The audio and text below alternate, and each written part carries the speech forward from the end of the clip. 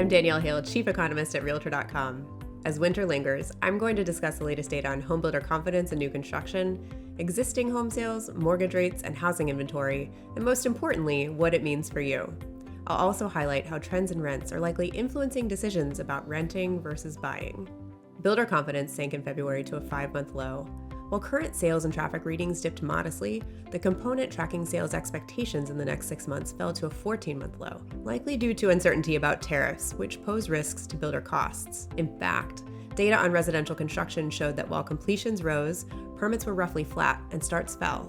This suggests that builders are working to close out existing projects ahead of the uncertainty and optimistically maintaining their permit pipeline while exercising more caution on starting homes right now. One bright spot for hopeful builders, home sellers, and buyers alike: interest rates have largely steadied this week despite last week's inflation surprise, with the 10-year yield hewing close to 4.5%. As a result, mortgage rates fell modestly for a 5th week. Although mortgage rates have occupied a fairly narrow band since the end of 2024, it's still a good idea for home shoppers to do some scenario planning, or what I call rate-proofing their home budget as they approach the spring season. Considering how a swing in mortgage rates will affect your home price target and budget in advance will help you adjust more nimbly if rates do in fact change during your home search. January existing home sales data not only provide our first look at 2025, we also see how more elevated mortgage rates have impacted buyers and sellers. Although sales pulled back from December's high, they continue to climb from a year ago, suggesting that some shoppers have accepted higher rates.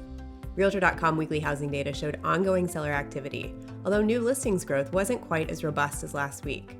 Still, the availability of for-sale homes continued to increase, and home listing prices remained steady to slightly lower.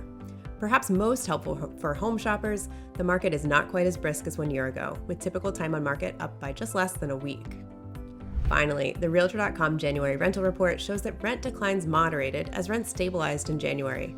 Despite the steadiness, the monthly costs of renting versus buying are still tipped heavily in favor of renting in all but 2 of the largest 50 metro areas, meaning that today's first-time home shoppers likely have non-financial motivations for deciding to buy.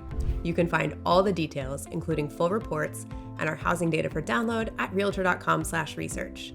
You can also follow us on X, formerly Twitter, for real-time updates, and Instagram for graphics.